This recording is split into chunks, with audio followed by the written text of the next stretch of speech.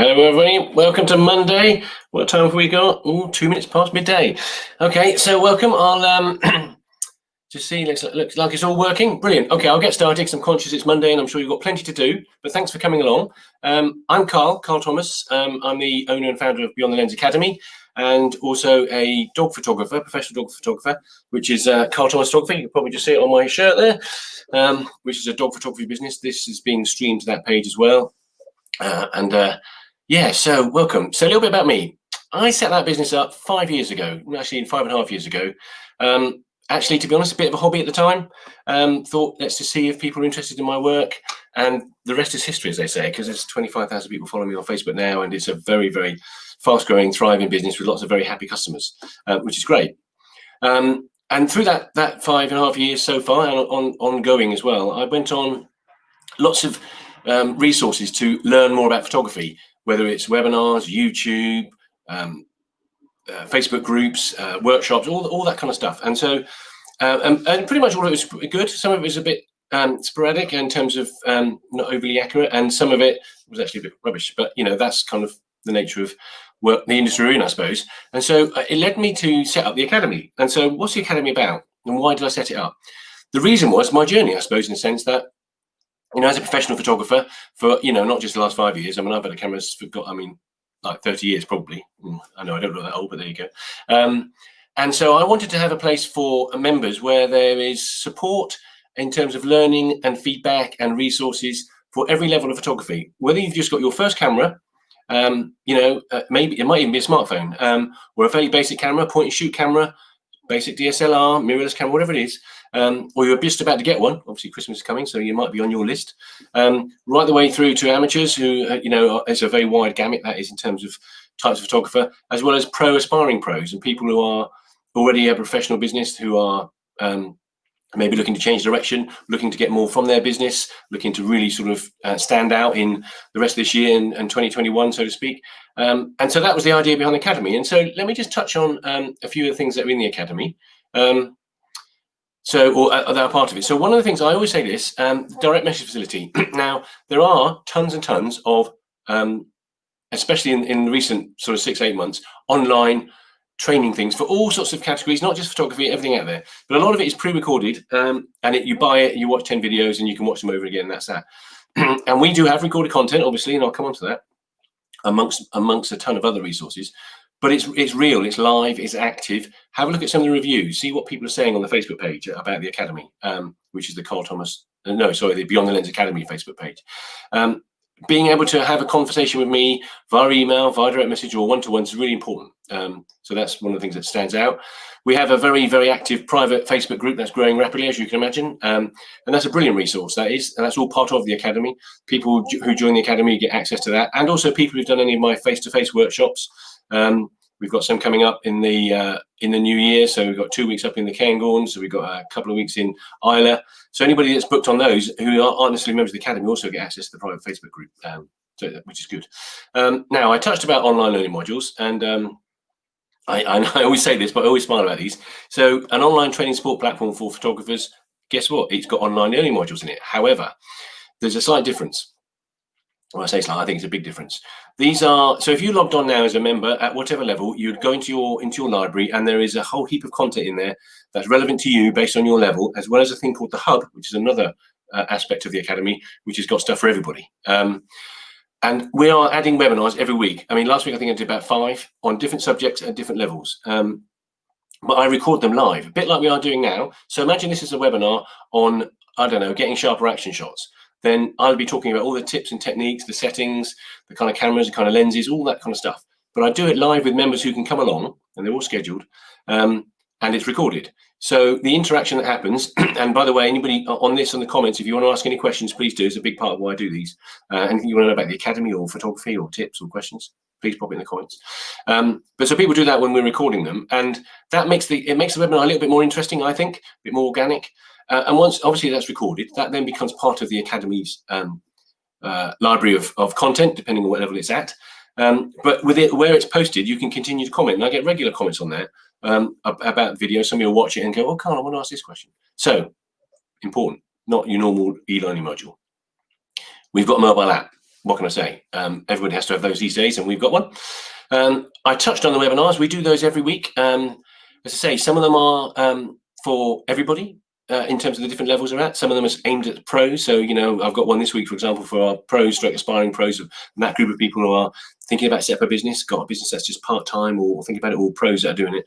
We're doing a whole load of stuff on social media this week because it is a constantly moving and evolving platform, as you know. Not just Facebook, but Facebook, YouTube, Instagram, Twitter, all those things. And that you have to understand and master. So we're doing something on that. And so for beginners, we're starting to look at some of the basic editing processes. So they're all done in different levels. We also do at least once a week a very popular one called a freestyle webinar, which is where I come along and I go live and I get a cup of tea and I just answer questions. So there's no real theme to it. That's proved to be really popular. We're often doing new gear reviews. So when there's new equipment coming out, the R5 and the R6, for example, and the new Nikon versions, we talk about that a lot in the Academy. I did a little webinar about that when it first came out. Number of our members have got that equipment. So I tend to do that as an ongoing thing, but also with individual members. And this is really popular at the moment. They'll come to me and say, it doesn't matter whether you're a beginner or a pro or anything in between. They'll say, Carl, right, I'm thinking about changing my camera or I want to get a new lens. What do you recommend? And so we'll normally deal with that on a one-to-one basis, and we go through all the different steps you need to think about before rushing out and getting your credit card out. Because let me tell you, you do not need to spend a lot of money to get outstanding images. Sure, there's plenty of equipment out there that costs a lot of money, and it's good, nothing wrong with it, but you don't necessarily need it. So I help our members make sure they get what they need, not necessarily what they want, and that's a big difference. Right, what else have we got here? So group image critiques, we've got one this Wednesday, actually. So what these are is a thing that we regularly run in the Academy, and this is all about the soft side of the Academy for me, which is a really important part, which is all about feedback, mentorship, and sort of commentary about your work, because photography is quite a lonely thing. It can be anyway. If you're a beginner or an amateur and you just go out and you spend time with your camera, you're not getting feedback. And I can tell you 100% of photographers that I've worked with, and there have been a few over the years, always have either a little bit of lacking confidence. That's very common, very, very common, or at the very least, where they see their images versus where they actually are quite different. And it's normally they're a lot better than they think. Because they haven't necessarily had feedback. So what we do with the group image critiques, the way that works is I pick a theme. So for example, it's the last one was sunsets, sunrises, landscapes, stuff like that. So fairly generic. And there's a little part of the system where people can then go and upload an image, two typically, one out of the camera and one with the edit and all the settings and stuff. And I collect those, they all go into the system, and they've got a team of people that sort of monitor it all.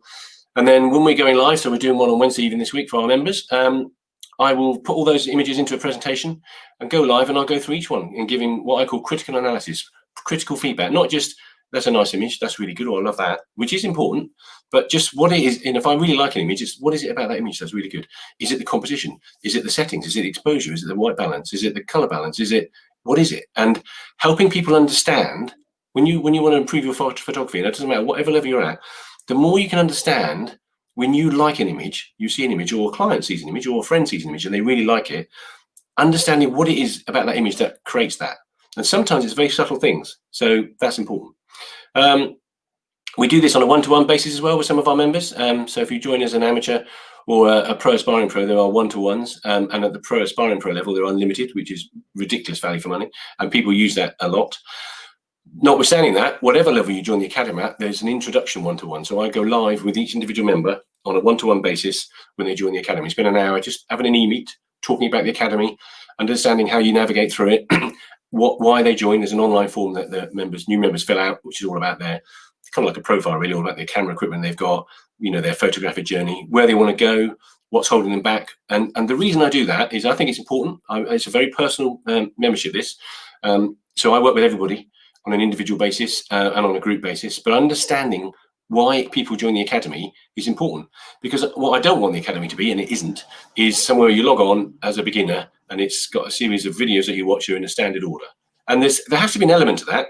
Every journey in photography has got some logical steps. But what's really important is I take the feedback from all these forms and I have a look at it with the team and I go, actually, you know what? For example, the other week, autumn, because it's autumn, light's a bit bizarre. So dealing with the autumn light, as well as the lovely colors and leaves, and how we deal with that in photography, how we deal with that in editing. So we've done one on that. So we go with the flow and sort of follow what our members are looking at. Now, the one-to-ones for the amateurs and pros are a very valuable resource. So amateurs come on once a month-ish. I mean, I'm fairly flexible with it, and we'll have a one-to-one and we'll talk about whatever they want to talk about. And Pro Aspiring Pro, we made that unlimited. We're probably going to be changing that soon because it's become very popular. But if you join as a Pro Aspiring Pro, you can have unlimited one-to-one. So that means, I mean, I've done 2 this morning already with clients. You can come on and we'll have a chat about whatever it is. So it might be to do with Facebook. It might be to do with, let me just switch my email off because that's going to start buzzing. Busy day today. It could be whatever you want. It might be you building your portfolio. It might be you've got a new camera. It could be anything, and it's really, really popular. So don't underestimate that. And some people do it 2 or 3 times a week, so it's not an issue. And then the last thing before I get into sort of a little bit more about some tips and techniques is discounted photography workshops. So if you're a member, there's 2 types of workshops we do. The discounted one really applies to the 2-day ones that I run here. So just south of Reading, north of Basingstoke, in beautiful Stratfield Sale on the Duke of Wellington estate. And they're 2-day workshops. Obviously, we can't run them right now. I'm hoping to get one in December. The one in November, which was meant to be last week, I've had to postpone. So watch the space. Might be one in December. 2-day workshops, a mixture of practical and theory, actually out with the camera taking photos and theory and everything else. So they're very popular.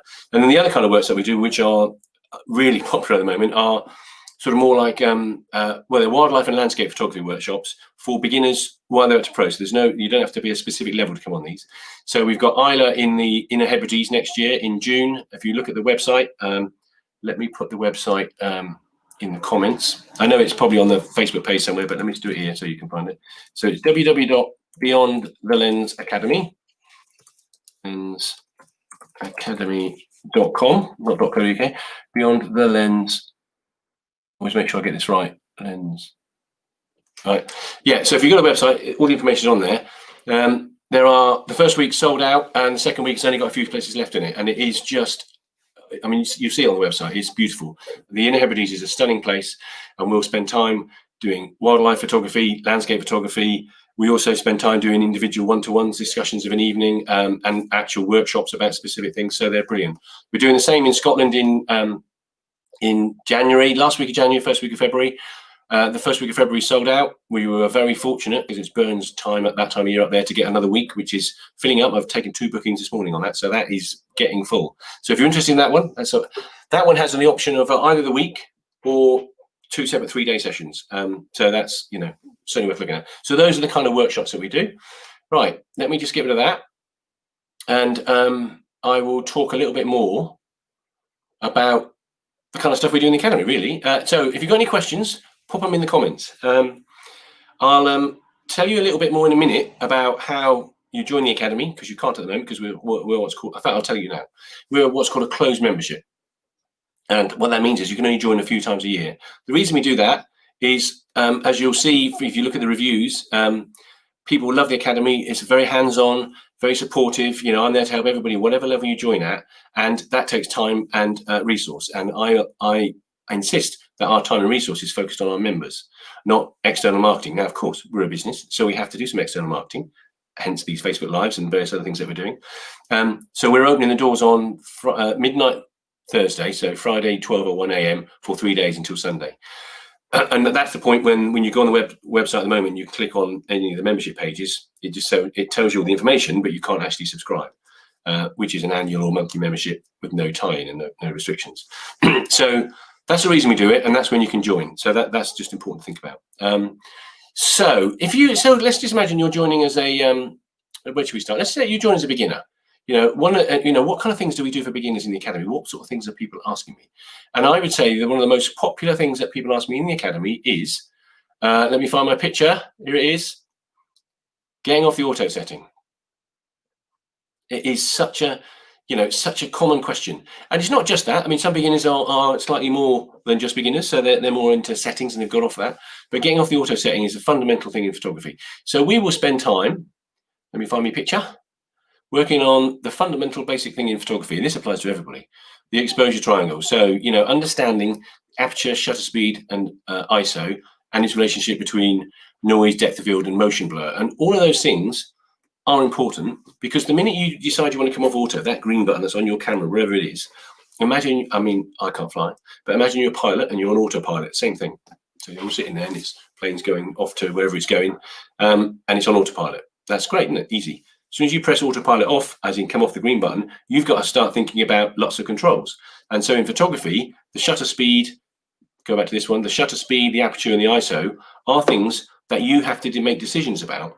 And in order to make decisions about that, you need to understand the relationship between noise, depth of field, and motion blur or not, in order to sort of improve your photography. Now, it's not complicated. I have one of the things, and you'll see in the reviews, I know I keep saying it, but go and have a look at what people are saying.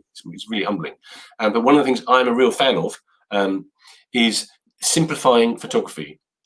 Yes, I've got some very expensive equipment. Yes, I'm Adobe certified, and I could talk to you for all day about one kind of complex setting if I want to. But you'd probably fall asleep and you wouldn't go in.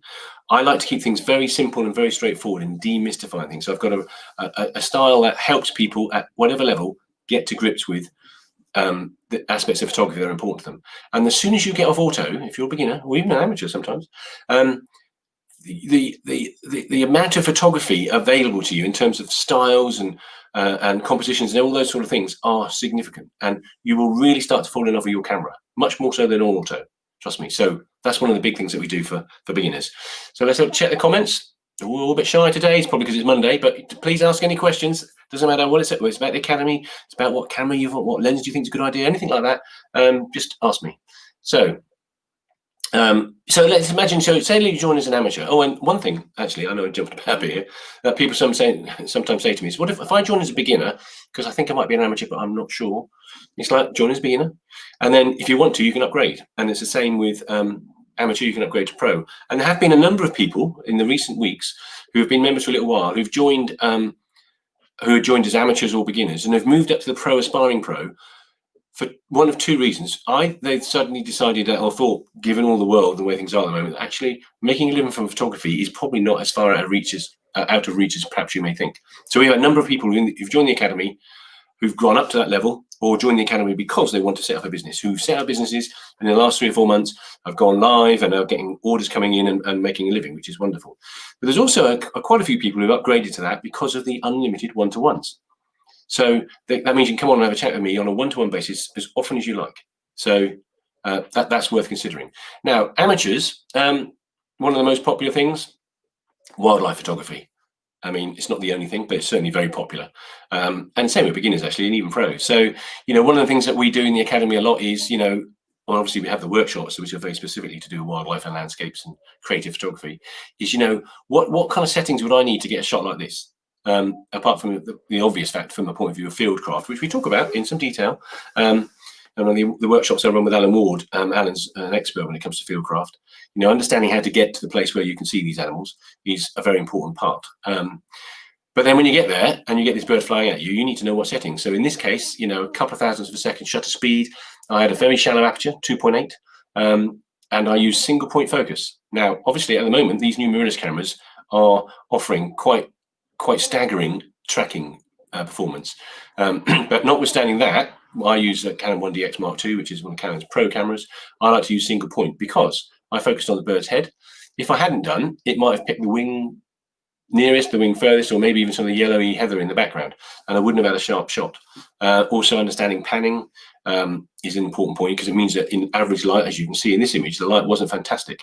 So, by panning with the subject, you can avoid having to have a ridiculously high shutter speed, and that allows you to keep your ISO level down. Because if what you want to do, particularly with birds in flight, is keep the ISO as low as possible so you can see the detail in the bird's head and the feathers, and you don't get noise, because noise is our arch enemy unless it's a particularly creative shot you're trying to do.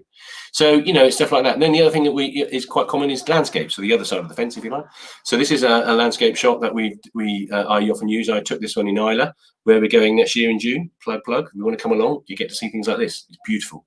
And so what we're doing here is long exposures. So you need a tripod, you need a sturdy tripod, you need to understand how to use your camera in manual, and you need some filters. So we go through in detail how to use ND filters and graduated filters. So I used, on this image, I think it was about a 30-second exposure from memory, so quite long. You have a remote shutter release, you have an ND filter, which is effectively like a piece of glass that you put on the camera. That is, makes it dark and gives you that long exposure. And then you can use a graduated filter that comes down from the top, which allows you to balance the exposure, if that makes sense. So my phone's buzzing. Get rid of it. Balance the exposure, which means that the sun isn't going to be too bright. So anyway, I won't get into too much detail about it, but that's something that we spend quite a lot of time helping our members with. Is this a hello? Is this a question? Evening, Andrew. Andrew's one of our members. Very active member, I have to say. So anyway, right, let's get back to our pictures. What else do we do with amateurs? So yeah, well, here we go. Here's another bird in flight for you. It's a very common thing. Wildlife, I mean, this is something we're doing in the Cairngorm, so we're going to be shooting these if we can get to them and find them, which we normally do every year. Fieldcraft's one thing, and you spend a lot of time, as we did, probably an hour getting to where these birds were. And then you're dealing with a white bird on white snow with a black background or a very dark background. So you need to, these things don't hang around for you, although, they're quite flighty birds. So, I'm overexposing very slightly here.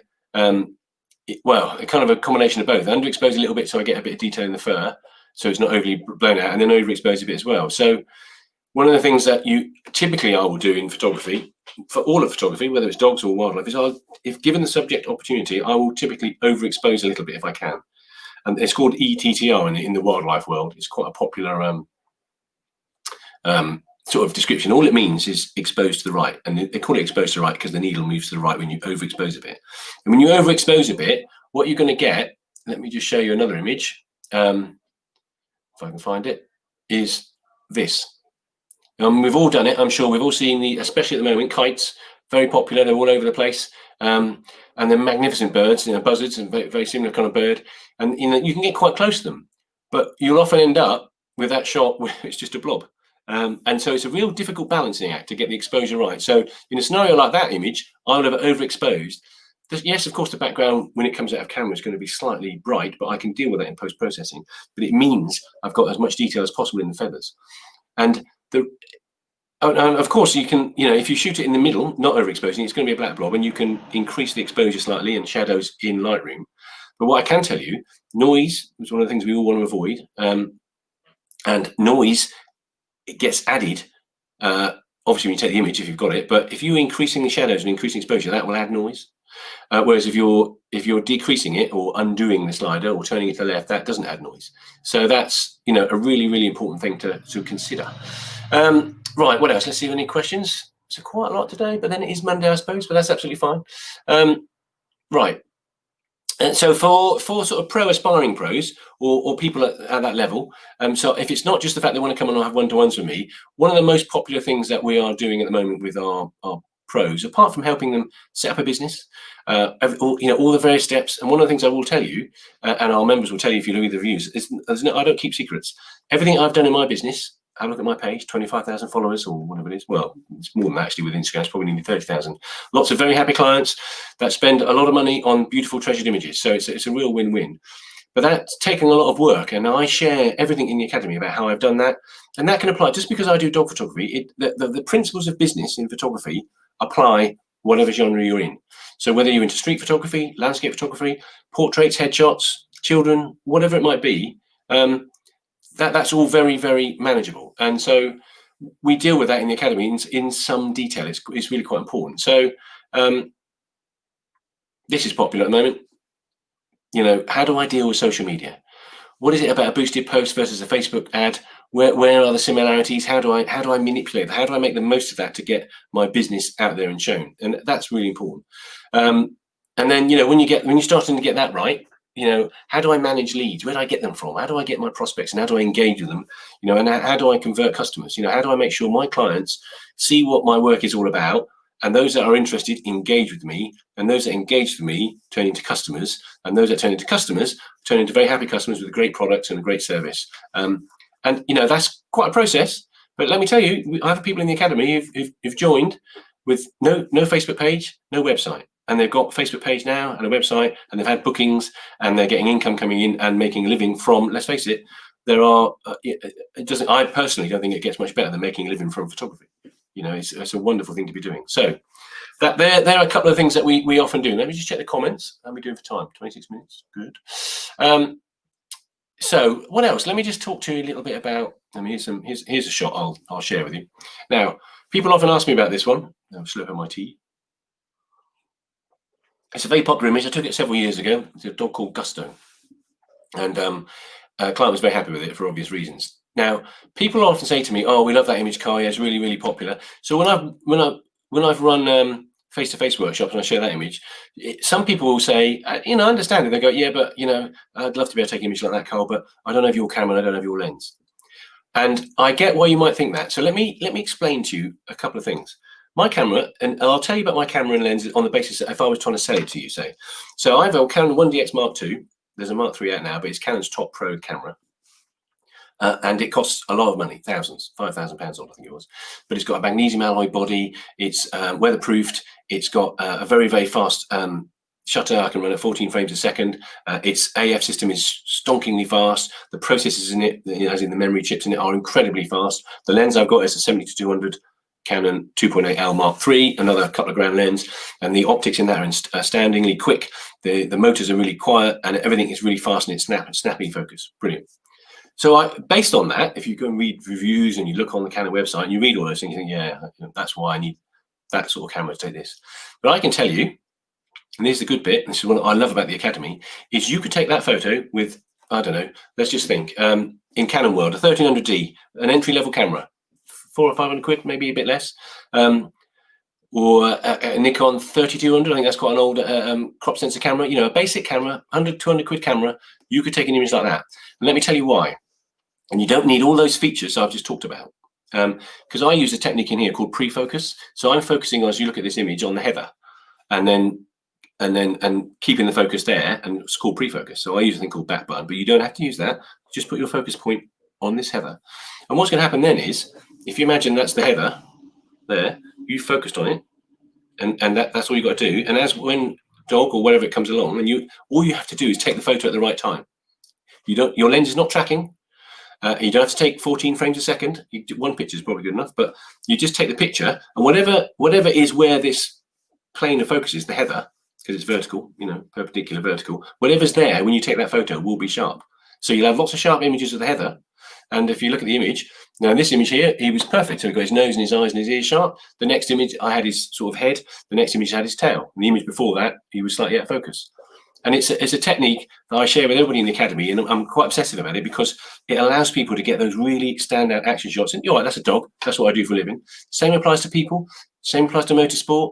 Same applies to birds in flight. If you can understand what's going on, you can see stuff that's going on, certain animals. And it just shows that you do not need expensive equipment. And and people say to me, "Well, why have you got that then?" And the reason, part of the reason is it does all the things I've just talked about, but the main reason is it's a pro camera. So it's made of magnesium alloy. So yeah, I've never dropped it, but it would just dent if I drop it. It won't smash into smithereens. It's weather sealed. So it means if in inclement weather, which in fact we're doing a webinar this week about photographing in inclement weather, and it's tipping with rain, it's going to still work and continue to go on. The battery life in it is amazing. I can get, I've lost count of probably 3,000 or 4,000 images before the battery even starts to get low. The shutter in it is rated to 500,000 cycles before it starts to think about needing replacing. So those are all things that are important features of that camera, but they don't make the image quality any better. That just means it lasts longer and is more robust because I use it a lot. So don't be fooled into thinking you need all the latest gear, because it's one of the most common things that happens with photographers. So let's just see if there's any more questions. No, you were quite a lot today, but I'll ask questions if you want. Now I've put the website link. It's an annoying cough again. In the thing. So obviously all the information is on the web. I'll carry on here for a little bit anyway and see if there's any more questions coming up. But Beyond the Lens Academy, just things to think about. We open the doors on Friday morning at 12 or 1 a.m. Thursday night. We are open for 3 days. We close on Sunday night, and we do close on Sunday night. When we do this, we only do it 2 or 3 times a year. This is likely to be the last time. We might try and get something done before Christmas, given all the scenario we're facing, but I can't promise that. Because when we open the doors, we get a lot of members in, and we're then very busy working with all the new members. So that's the thing of it. Now, if the Academy is not for you at the moment, which is, I get that, that's fine, and you just want to join the Facebook Lives, because I'm doing loads this week. I'm doing one every day, and on some days I'm doing 2 or 3, just to help people and obviously encourage people to join the Academy. But at least once a week I'll go on live and help and support and answer questions. If you go to the website, you scroll down, one of the things you can see is add me to the list. I think it says something like that, and it's a mailing list. Now, I don't spam and send out tons of emails. That's one of my promises, because I can't stand that myself. But what I do if you're on that list, is I will let you know that I've got webinars going on this week every day. So I've sent an email out this morning to all the people registered on that mailing list to say they're all on this week. This is when they all are. if we're doing workshops, if we've got a new workshop we've launched in, we've got the extra week, for example, in Scotland. So I send an email to say about that. If the academy the opening day changes, I'll send an email to say about that. But I don't send lots of emails out. But get on that list, because that way you'll find out. And also there's another link on there to go to the Facebook page. So if you like and follow it, you're going to see more content. But as we know, in fact, I'm doing a lot of work with our members about this at the moment. Even if you like and follow a page, you don't always see all the content. So, right, this is a question. I love it. Okay, we're working on it at the moment, Ellie. So what we are hoping to do, and I'm pretty sure we're going to be able to do, is keep the prices similar to the last time we opened, which is, I don't know, a month or two ago now. So they're not quite finalised yet, but there are 3 levels: beginner, amateur, and pro. And so the beginner level was, it depends what level you're looking at, actually, but the beginner level was about £20, £20-something a month from memory. The amateurs 40-something, and the pros obviously a bit more. But all of it, I think, represents great value for money. If you're serious about your photography, I think it's 25. And the only reason I say I think is we've got loads of spreadsheets going on at the moment, because I am insisting on the team that we keep it the same as it was last time. So actually, I could probably tell you, rather than just guess. There's my notes. Right, bear with me, and I'll tell you, because it's not an unreasonable question. Bear with me. Right. So, yeah, beginners, $25.95. It's normally $39.95. So at the moment, it's 35% off. Now, I'm hoping to keep that. Can't guarantee it. So log on Friday and have a look. There's an annual membership as well, where you save like nearly 40%. Amateurs is 30%, 41% off, and pros 33% off. So there's a whole range of different options to join, monthly or annual, and say there's no commitment. But if you look at it, one of the things that people often say to me is like, oh, okay, £24 a month. But what is that in relation to your photography and your journey?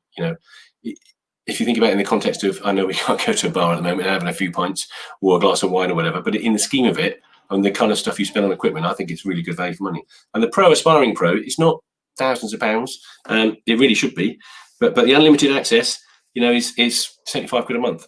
Now that's what it was. I'm hoping to keep it the same, and I've set the challenge. But now 75 quid to have online, one-to-one unlimited access to me for an hour at a time, 2 or 3 times a week, is ridiculous value, as my finance team keep reminding me. So that is going to be changing soon, and I can guarantee it's not changing this time around, but the next time around that's probably going to change. Either we'll change it back to, say, like once a week or something, or for new members, or we'll just increase the cost of it or do something. But yeah, so it's a good question, Ellie. So hope that helps. Love to have you on board. And make sure you're on that mailing list as well. And if you've got any more questions, just drop me a message if you want to understand stuff, because the other thing, I'm glad you asked that, actually. One person asked me this morning, and several the other week, was when you open the doors for the academy on Thursday midnight, obviously members can come along and decide. You can see all the pages, which you can do now, and then decide which one you want to join and subscribe. That's brilliant. But what if you want to buy this for a friend, as a Christmas present, or you want to say to your parents or your friend, look, I'd love to join this academy, and I know I'm getting a camera, how about buying that for me, put it on my Christmas present list? The answer is we can do that. And it's a very simple process. What you'll need to do is message me, let me know that's something you're interested in, work out which level you're at. Obviously, that's going to have to be the annual membership, which frankly is a better value anyway, because there's quite a lot more saving. And we can set out, obviously, a confirmation invoice that all gets paid. And then we can put together a really, really interesting voucher, or not interesting, a bespoke voucher with pictures and everything on that you can give to the person on the day. And then all they do, there'll be information in there, they'll contact me, and then I get them registered on the system, and away they go. So the amateur one at the moment was, and we're hoping to keep it the same, 46, 33% off, and you save about 40% for the year. So it's like, for a year, it's 499 quid for the whole year, and that's one-to-one access to me and all the things I've talked about. But anyway, have a look. We'd love to have you on board.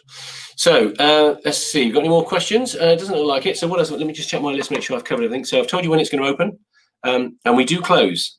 And the reason I'm just highlighting that now, and I'll say this on every webinar this week, every time we open the doors and we close on a Sunday, we don't always do it on a weekend, but typically the closing is on a Sunday. I get emails on the Monday and Tuesday saying, oh, Carl, yeah, I'm sorry, I was away, I was busy, I forgot, blah, blah, blah, can I join? And my answer to that's going to be no, because I don't think it's fair for me to spend this week and the last several months, telling people on the Facebook page and via email what we're doing and how it works. For all those people who basically pull their finger out who've decided to join and actually do join, then they find out people are just joining later on in the week. That's not fair. So we don't do that. So when we close, we close. So don't miss out. I've talked about Isla and the Cairngorms. That's all on the website. So that's kind of the main stuff, really. Unless there's any more questions, how are we doing for time? 37 minutes. Let me just see. What's one other thing I was going to show you about? Okay. How about RAW versus JPEG? Let's just touch on that. It's a very common question, only because it came up with a few of our members last week. So as you may or may not know, depending on what level you're at and watching this, you typically use your camera to take the images and save them as a RAW image or a JPEG image. And so the question often comes up is, why would I want to do either? What is the reason for both of those? And a lot of people say, oh, you've got to shoot in RAW. Everything you've got to shoot in RAW. Now, let me just explain it. So a RAW image, camera takes a photo, all of the data is saved.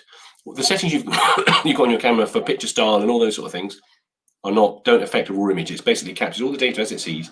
The file will be typically quite a lot bigger. So on my camera, they're 20 or 30 megabyte files, loads of data. But nothing's done to them. So they will look at the camera, not on the back of the camera. This is where people get confused. They look at the back of the camera and think, that looks quite nice. But when you look at it on the computer, it's a little bit flat. The image on the back of the camera is in fact a JPEG. And it will take into account the settings on your camera. So if you're shooting in RAW, so just think about that. So a RAW image is RAW. So it will probably need a little bit of sharpening, a little bit of warming up, a little bit of contrast, and your crop or whatever you're going to do with it. And so that's how a RAW image works, and it's all of the data. And I'll give you an example of edit in a second in terms of what that can look like. A JPEG is kind of like a mini edit. It's like an auto edit. So what goes on there is you take the picture and the camera then looks at your settings and goes, they've got a warm picture style, they've got a color balance set at this and blah, blah, blah. All those things that are in your camera. And it applies those to your JPEG. And so your JPEG has already got a bit of a pre-edit to it. It might have a bit of sharpening stuff, which you can't actually undo.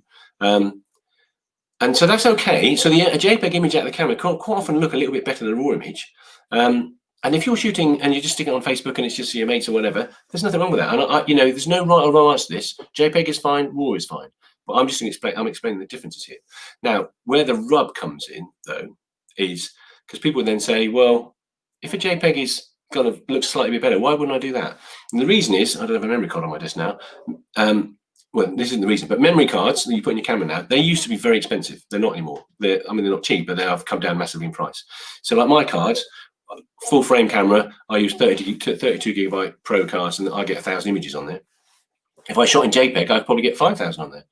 So a JPEG image is quite a lot smaller. And so that sounds like a good idea. But there's a compromise. In order to get smaller, it compresses the files, it chucks loads of data away. So if I show you an image here, this is a RAW image. But if this was a JPEG image, where there's lots of similar colors in this dog's face, which is black and dark and the sort of greeny, beigey colors in the background, what the JPEG engine does, it looks at all that and goes, okay, bin that, bin that, bin that. And so the image will look okay, but the minute you get into Lightroom then, or Photoshop or Snapseed or whatever editing program you do, and incidentally, I know I've talked about it, but we cover that in detail in the Academy. So I'm an Adobe accredited associate. So it's been a lot of time working on editing and helping people with Lightroom and Photoshop and so on. But going back to JPEGs, if you try and edit a JPEG in Lightroom, when you're moving the slider left and right, the amount of, excuse me, the amount of room you've got, latitude, is probably, say that, not much. I know this is kind of odd thinking, but there's no right or wrong to it. But you can edit a JPEG, but you don't have the same latitude. Whereas a RAW, you can go so much further because all of the data's there. So let me look at this image again. If this was a JPEG, I would be limited. I could probably improve it, but because it was a RAW in Lightroom, I'm able to do that with it. And you look at the detail in that dog's face, his whiskers and his ears and his eyes, and then look at that. So, there's a difference between the two. Now, you don't have to shoot in RAW. You don't have to shoot in RAW just because. Now, if you're a beginner and you're shooting in JPEG, that's absolutely fine. And if you're not editing, you don't have any editing software, or you've not gone that far yet, which is a big part of what we do in the Academy for every level, then actually shooting in JPEG's fine. At the end of the day, what's important is what you see, what your images will look like. That's why I don't like the term correct exposure or wrong exposure, because at the end of the day, it's about what you're trying to create in terms of your image. And you might want it a bit dark, you might want it a little bit light. Let's have a little look. Got some questions?